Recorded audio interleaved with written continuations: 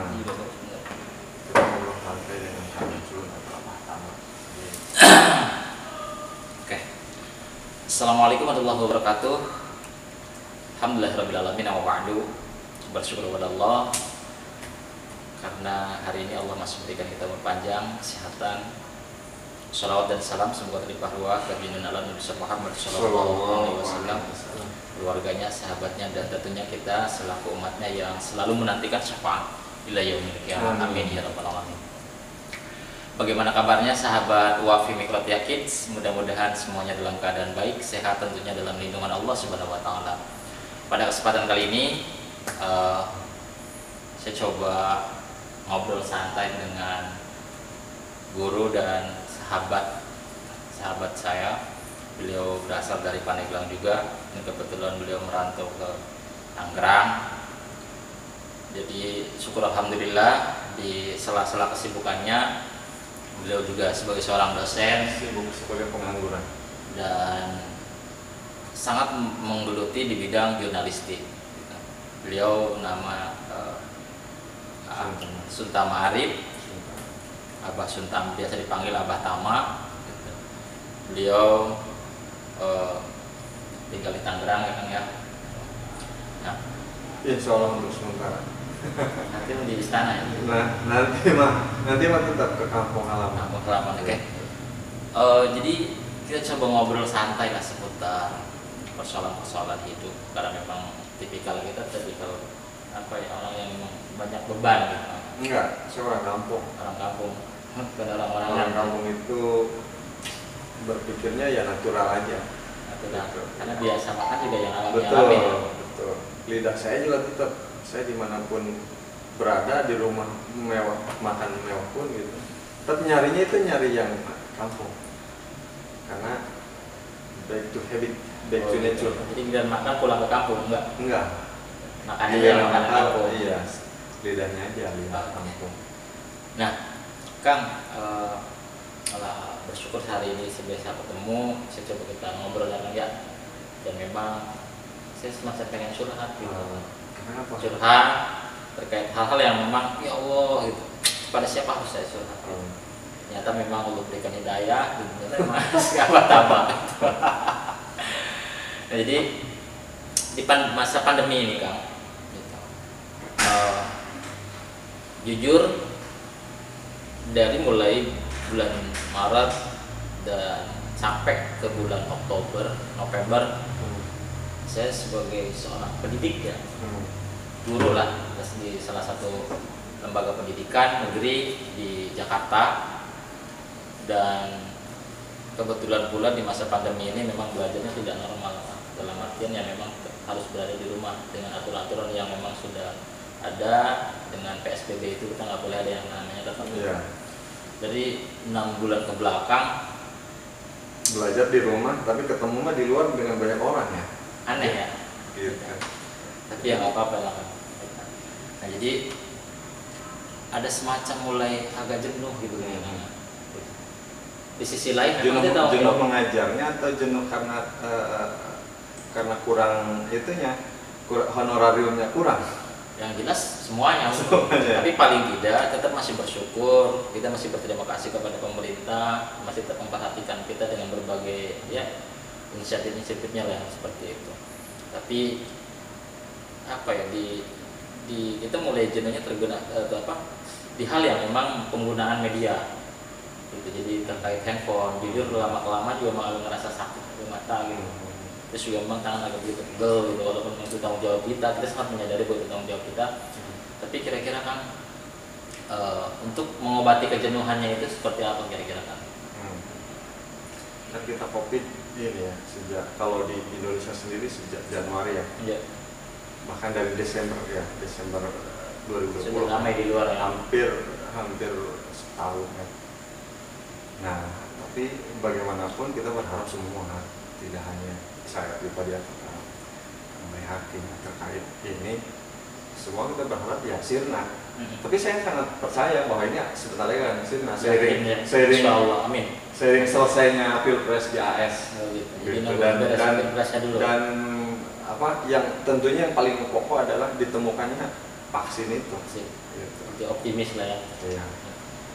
Kedua, kalau misalkan soal jenuh, semuanya juga jenuh. Biasa orang di luar yang beraktivitas di luar, kemudian dia dipaksa, gitu kan?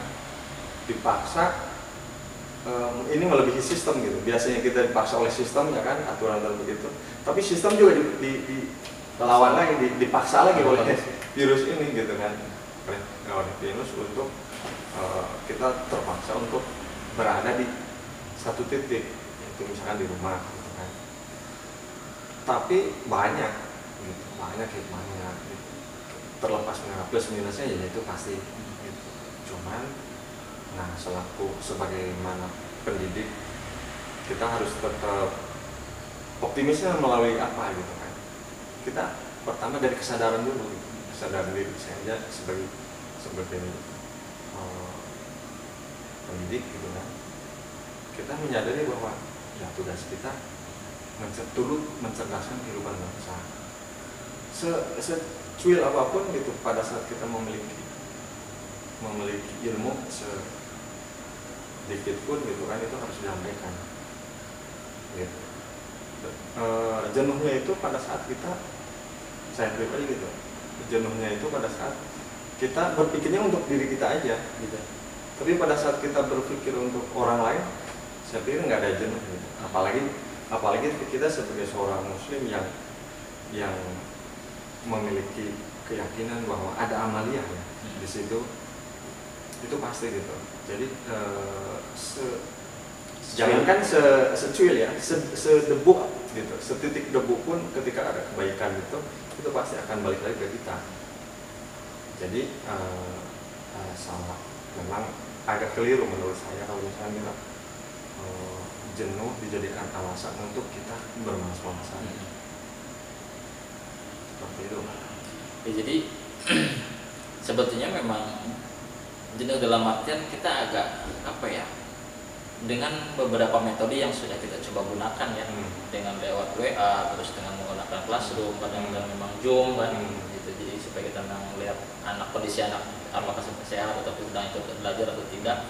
Nah dari situ memang hari ini belum tentu sih itu memang tepat, tapi paling tidak ya memang keharusannya seperti itu. Paling tidak kita sudah mengumpulkan kewajiban, sudah ngasih tugas, dan ketika dia ngasih tugas pun kita langsung menilai kan, karena memang kita juga harus mengapresiasi bagaimana anak kerja kan, walaupun mungkin bisa jadi itu dibantu sama orang tua. Nah, tapi terus di sisi lain kan sebagai seorang guru, saya sebagai seorang orang tua gitu ya kan, yang memang alhamdulillah anak juga 2, dan memang beliau juga anaknya itu kelas 2 SD. Jadi semakin kesini memang agak semakin semangat belajarnya kurang. Turun ya. Kira-kira ada nggak motivasi Akang buat saya sebagai seorang orang tua untuk tetap optimis gitu loh Kang, atau semangat gitu, kira-kira gimana Kang? Kita balik lagi ke diri kita, ya kan. Saya semangat, ini malas nih berulang yang lainnya. Tapi oke, kita biarin aja di tubuh kita kan, tanpa makan ini itu kan. Tapi pernah nggak kita pada saat tubuh kita lagi lapar gitu kan, ada semacam berontak. Artinya berontak di situ, wah saya harus makan nih. Naluri. Ya kan, itu naluri gitu. Nah ini pun sama. Kalau kita misalkan ada dorongan, oh iya, gue ini hidup tidak hanya sendiri gitu. Gue hidup sebagai seorang John political, hidup sebagai yang bukan seperti si Tarzan di hutan belantara gitu kan. Tapi kita juga perlu berinteraksi dengan orang lain gitu. Nah di situ ada semacam dorongan moral bahwa harus terpacu gitu kan pada akhirnya untuk mensuplai ilmu pengetahuan yang ada dalam diri kita kepada anak tadi gitu. Ditambah kita harus punya kesadaran bahwa sekecil apapun yang kita lakukan yang sifatnya baik, itu pasti akan feedbacknya ke kita lagi. Tapi akhirnya memang mulai kesini kita saya pribadi merasakan bahwa memang ternyata hikmahnya itu kita lebih dekat dengan anak gitu. Kemarin kita menyerahkan pendidikan formalnya ke guru. Jadi hari ini saat kondisi anak bisa kok si A pinter, si A begini, si B begini, misal ini kurang, ternyata memang kita bisa melihat langsung anak. Dan memang luar biasa dahsyatnya. Saya sangat mengapresiasi guru. Ternyata peran guru itu luar biasa. Dahsyat luar biasa. Terus di situ kadang-kadang orang tua juga kan yang tadinya mengandalkan ke guru, ya kan, mengandalkan ke guru, semuanya serba ke guru. Pada saat ada lockdown, akhirnya dia ke dia kan, harusnya itu jadi pembelajaran bagi dia, bagi si orang tua maksudnya. Nah, itulah gitu tanggung jawab seorang pendidik, tidak hanya mengajarkan abatasa gitu kan, atau ini Budi, ini ibunya Mbah Budi gitu kan, tapi ada dorongan di situ bahwa tidak sesederhana itu mendidik tidak hanya kita memberikan materi, tapi juga ada mental di situ. Yang paling besar adalah mentalnya gitu. Justru persoalan besar bangsa ini memang di mentalnya, sejauh mana mental anak ini. Misalkan dia pemalas ya, malasnya adalah dia kategorinya latar belakangnya apa sehingga dia membuat malas. Berarti kan ada mindset yang absurd di situ, mindset yang tidak terarahkan. Anak kalau misalkan dia mindsetnya sudah bagus, itu akan pasti akan mempengaruhi ke mentalnya juga. Iya. Terus juga kita perlu apresiasi ke pemerintah ya kan, dengan berbagai aturan, dan intinya yang jelas. Dari sisi mana apresiasinya nih? Ya dalam artian pemerintah membuat satu aturan yang jelas kan untuk kebaikan rakyatnya. Gitu. Terus aturan terkait pendidikan pun bahwa harus sekolah jauh dan tetap harus di rumah, bahwa itu kan kepentingannya untuk kesehatan masyarakat juga. Ya. Gitu. Jadi ketika tapi harapan saya juga gitu. Jadi aturan juga sampai jangan sampai dipolitisasi gitu. Aturannya kalau misalkan dalam konteks mencerdaskan kehidupan bangsa, udah gitu pure aja. Jangan sampai misalkan satu contoh ini intinya misalkan dalam rangka mencerdaskan anak, kan yang namanya kekuasaan itu kan pasti ada kue ya. Gitu. Ini saya masuk IT kan nih, mudah-mudahan ITE kan nih. Ini kita fair aja ya, fair aja. Jadi konteksnya ketika kita tidak bicara anggaran, memang sih pure gitu. Tapi pada saat ada masuk di situ anggaran, udah di situ ada unsur-unsur tadi itu politisasi gitu ya, demi keuntungan misalkan, jangan sampai gitu. Mudah-mudahan kita optimis dan kita yakin lah gitu, pemerintahan hari ini lagu government kan, pemerintahan bersih gitu. Berapa kita perlu apresiasi, berterima kasih kepada pemerintah, karena alhamdulillahnya juga wali murid ngerasa terbantu dengan bantuan paket gitu, paket internet. Jadi supaya mempermudah dalam belajar juga. Berharap kalau di DKI ya beda demografinya beda. Di DKI makanya saya berharapnya harus ada regulasi yang itu dia menerapkan kearifan lokal, pendekatannya kearifan lokal. Contohnya gini, di DKI boleh jadi misalnya di DKI ini tingkat atau angka COVID itu tinggi, tapi kan namanya itu kan DKI wajar gitu, dia selain kotanya kota metro ya, metropolitan, heterogen gitu kan, berbagai macam, terus tingkat kepadatannya juga kan. Tapi masa iya sih, misal kayak di ujung kulon gitu kan? Kulon di mana?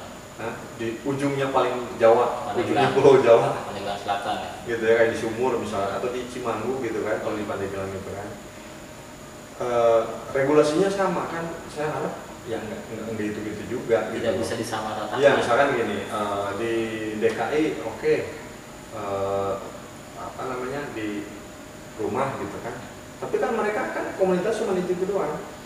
Masa iya sih di rumah juga gitu kan, dengan latar belakang orang tuanya yang ke kebun gitu kan, ke sawah gitu, atau dahar rumahan kan, dahar di mana gitu, kalau mereka harus di rumah semua kan gitu. Misalnya kemarin Paren aku digebot gitu kan, masa iya sih gitu, mereka dilarang ke ini gitu kan. Jadi memang harus pendekatan, memang ada pendekatan budayanya juga pendekatan sosial ya, pendekatan Jadi nggak bisa disamaratakan nggak bisa antara misalnya di DKI ataupun di daerah-daerah yang lain yang memang kalau di daerah mungkin kan lebih banyak kan komunitasnya itu saja ya. Betul. Tidak banyak pendatang gitu. Kalau di DKI kan nggak bisa gitu, karena memang heterogen kan ya. Kecuali misalnya gini, di satu sekolah tiba-tiba ada anak pindahan gitu kan dari DKI, itu wajib tuh, wajib dikarantina atau apalah ya di sekolah itu kan ada aturan. Tapi kalau misalnya sekolah kayak di Munjul sana kan, misalkan saya pernah ke sana di Munjul tuh, di Curug Langlang misalkan, itu saking dalamnya ya kan. Jangankan saya ada kepikiran jangan-jangan Pirut pun mungkin nggak bakalan ke situ karena dia kan itunya di situ gitu kan. Mainnya kan dengan tanah terus ya. Betul gitu. Jadi jangan dipukul rata soal ini gitu. Jadi saya ucapkan terima kasih ya Kang ya atas tips dan saran-sarannya, mudah-mudahan ini bisa bermanfaat untuk saya pribadi dan tentunya untuk yang lain, guru-guru lain atau orang tua yang lain. Tentunya kita juga optimis bahwa memang pandemi pasti berakhir. Virusnya nggak berakhir, virusnya tetap jalan kayak flu burung gitu ya, kayak virus kayak virus MERS gitu ya, SARS, kayak HIV kan dulu soal sampai sekarang tetap ada. Cuman yang berakhir tuh kebiasaan kitanya, kebiasaan di rumah harus berakhir itu, gitu kan? Iya, kebiasaan ininya butuh piknik ya, harus gitu loh. Jadi hal-hal yang biasanya tidak biasa yang harus kembali lagi ke biasa gitu. Oke. Kami ucapkan terima kasih ke Kang Tama. Alhamdulillah, mudah-mudahan bisa bermanfaat untuk semuanya. Akhirul kalam, Wassalamualaikum warahmatullahi wabarakatuh. Waalaikumsalam.